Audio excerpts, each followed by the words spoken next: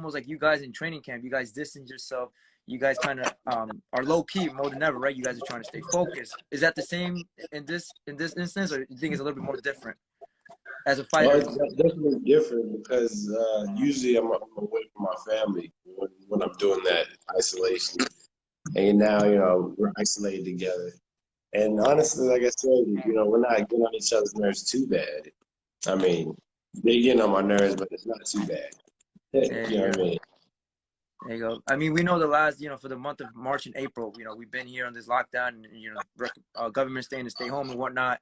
Was there, like say for example, were you supposed to fight when these last 2 months or the next 2 months coming up? Right now, everything delayed, or what was the plans like? Yeah, man, I was supposed to go to Ireland. I had a fight in Ireland this month. Actually, it was today, as a matter of fact. Oh, And I was going to fight back in Albuquerque in May.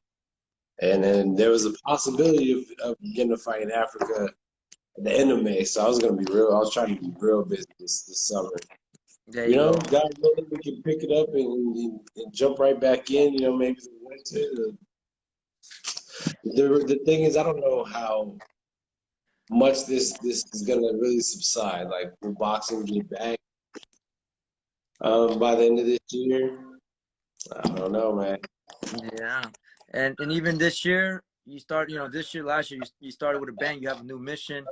You want to take over 147, but before we get to 147, just kind of details a little bit, like how was that conversation? How did it even start to say, you know what, I want to come down, or I want to become a champion at 47? Just looking at the landscape. I remember at one time I used to be kind of a big guy at 154. And so you're looking at the landscape, and I wasn't the big guy no more. Then looking at the 147 kind of, I was like, well, those guys are kind of my size. Sizing up, kind of Spence really most was the one I was sizing up. Not my size. And so if they're naturally getting down and whatever they're cutting to get to 47, I've never tried it. So, to sit there and say I couldn't do it wasn't an educated guess. So, I was saying, let me try and add a little bit of discipline in between fights to see what my weight can be like. And honestly, it wasn't really like being a monk or anything. It was just adding a little bit more discipline. I really don't eat meat in between fights. Usually, I believe my meat eating to burn camp type deal and little things like that. So, right now, I'm not close to 47, so to speak, but I'm closer to 47 than I would be to 154 normal. Yeah. You know what I mean? Not that heavy. It's, maybe 15, 20 pounds over the weight limit I want to be. Yeah, and in regards to that, right? I have shout out to my guy, Boxing Science 2.0, because he hit it on the money. I was thinking about it the other day too. With we're right now with no boxing, no new fights coming up, right? So what do? You watch previous fights, and some of the fights I was watching with you, it was what Canelo, the Lara, the Charlos, and Hurt, all of them, right? The Hurt fight was a memorable experience. Like I said, thank you to you and Israel for that. Memorable experience. And I looked at it, I'm like, Austin Charles literally has the skills. Like if he goes down to 47, like watch out, he's coming. He could really be a threat at 47. So we look at the champions, right? We got Manny Pacquiao, we have Terence Crawford, we have Errol Spence, we got Danny Garcia. I put a post one time, keep one-time Thurman. Like for you, how do you map it out? Like what's your hit list? You say I want this guy first and this guy. How we map it out? Well, I understand that I'm gonna have to do, fight some people coming up to make a name, to get a name, and blah blah blah. But honestly, I would love to fight Broner. I would love to fight Danny Garcia to get my way up to something like a Thurman or Spence, and even Crawford. I don't see anybody lining up to fight Crawford, but I'll fight his ass. Have you? Has your management at least like the what? No, I was just saying that's my man Jody. Oh, so I'm saying like this is actually like there's only a limited a limited option. People say I want to fight Crawford. I guess he's a very skillful fighter. That will be a very technical fight between you and him. I think so, but also too, I'm the bigger man. He's been beating up some of these guys that I feel are smaller dudes, and so even if it wasn't technical, I could just make it ugly. We have options. Yeah. Do you think it'll be hard to get those fights, or well, like in terms of like that Crawford fight, or the Pacquiao I fight, look the at it weight like it would this, be? man. I think it's gonna be very hard. It actually possibly impossible to get these fights, but it was impossible for me to get that Cotto fight, to get me the Canelo fight, and I ended up getting them. I got the Hurt fight, all those fights that I got. I didn't think, or people didn't think, I always knew I could get it. So these fights that I want, whether it doesn't matter who wants to get the fight, because I want it and I'm gonna will it. Why? I'm gonna will those fights, and they're gonna happen. Mm. And in your, like, say, top five, not including yourself at the moment, welterweight fighters, how do you list them in order? The top five welterweights right now. Yeah. God, and honestly, yeah, I'm gonna have to go with Spence. That's the Okay. number one welterweight right now. Mm. Then after Spence, it's a close tie for second. I would say would be Porter. Then I go Thurman, and then I would go because just activities why Thurman slips to the number 4 spot. And then I would say Yordenis or Ugas. Oh, Ugas, yeah, he's another talented fighter. Yeah, he fought Porter Yeah, for the I WBC think last year. yeah. I think he's a problem. Yeah, dude. I read a couple an article, a video. I heard a video too. Thurman was saying that he's back to his hungry grind and he wants to dominate the division he once had. We know Thurman had his ups and downs, right? Do Yeah. you feel like he could be that type of fighter once upon a time at this stage of at this current moment with all these skillful welterweights in the scene? Yeah. Well, yes. Well, Yeah. if that hunger is truly back, that's what I feel like is what he's been lacking.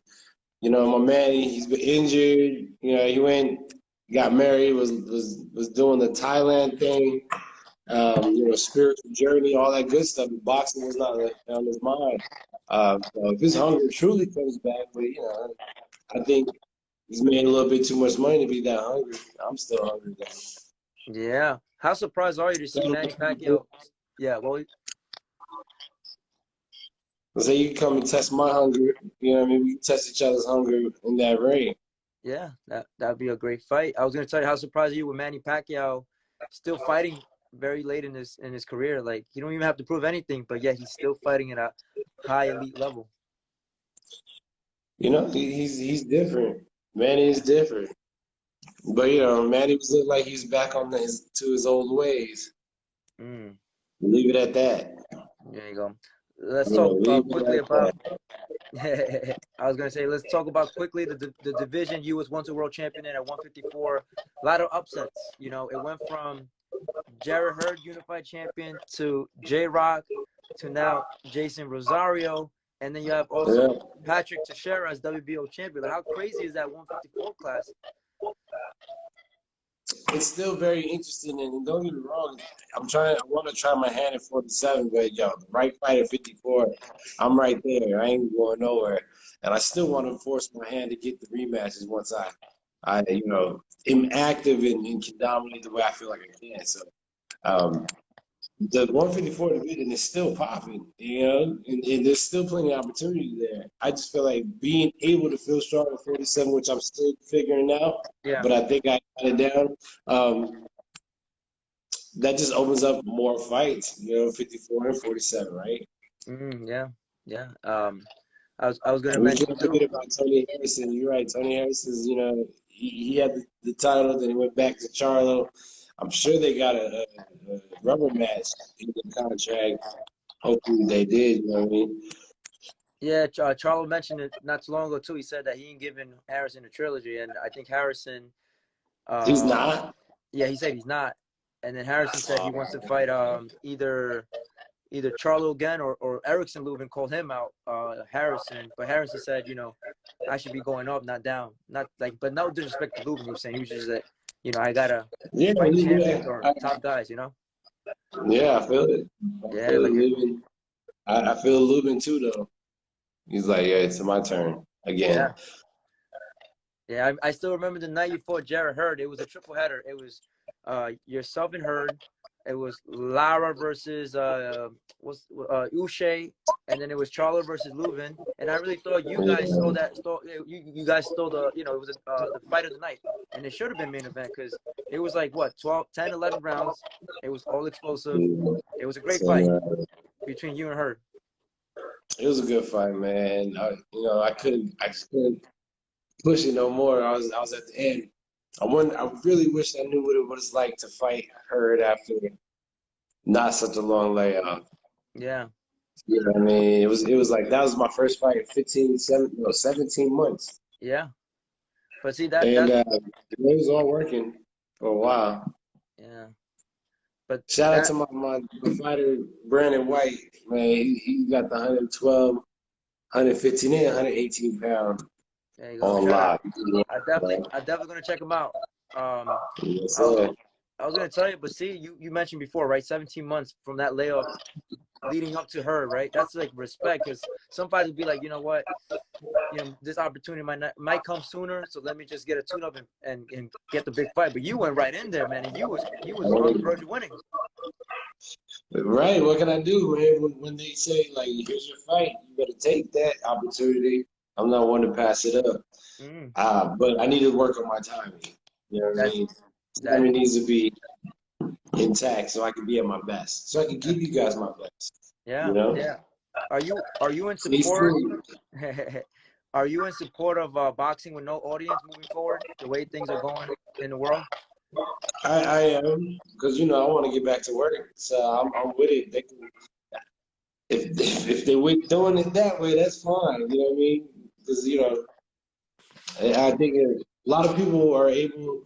The thing that will happen is that, you know what I mean? Have you heard of some of these fighters that, like, they'll whoop Floyd Mayweather in the sparring session, but then they couldn't beat a journeyman when it comes to the fight time? You know what I mean? Yeah.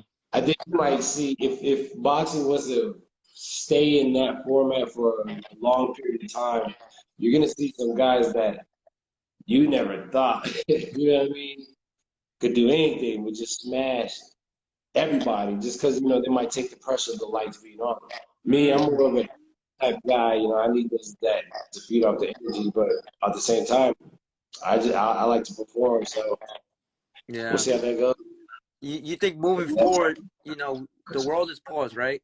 And one of the loopholes of boxing is because there's so many promotions and too many politics involved that sometimes it prevents the best fighting the best.